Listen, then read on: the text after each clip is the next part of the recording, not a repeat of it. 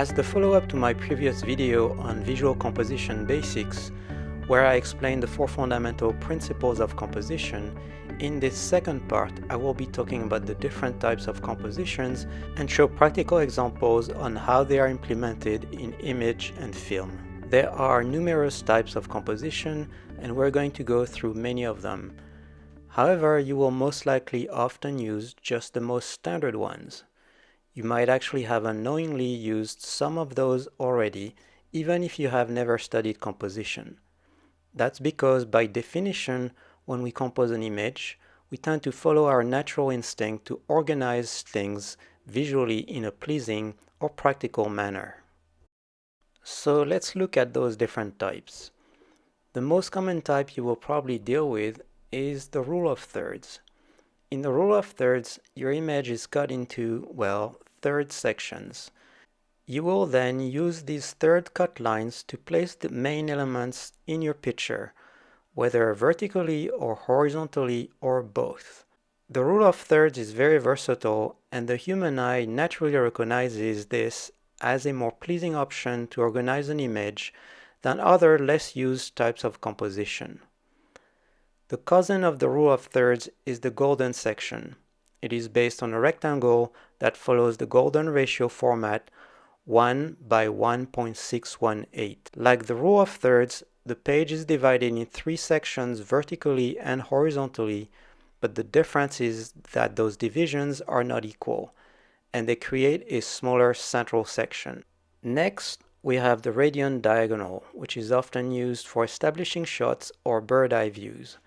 The radiant diagonal is similar to the diagonal, but often used differently and more frequently than its counterpart.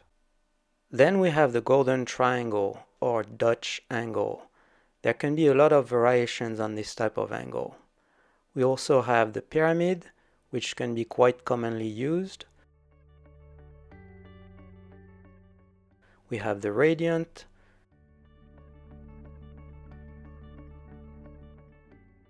the quadrant, the tunnel,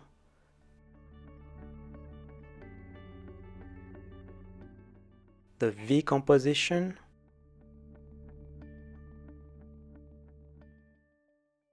the side V,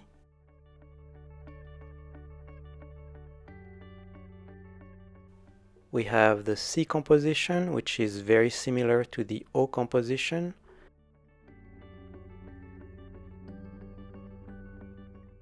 then we have the L, the S,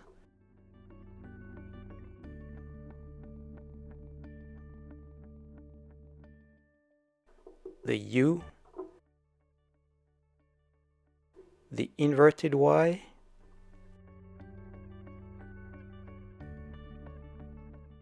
the balanced,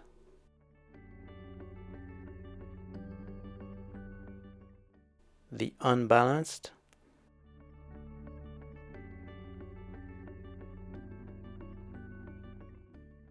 and finally one type of composition, the golden spiral, based on the Fibonacci sequence, a design sequence you find occurring everywhere in nature. Also, you can find within a composition a pathway that leads through several characters or points of interest. All these are fairly common types of compositions, but there are many others, and at the end of the day, you're not necessarily bound to use only one. Many images use a combination of compositions. Here are a few. This shot is a horizontal composition, but also a circle and an inverted Y, yet all following the rule of thirds.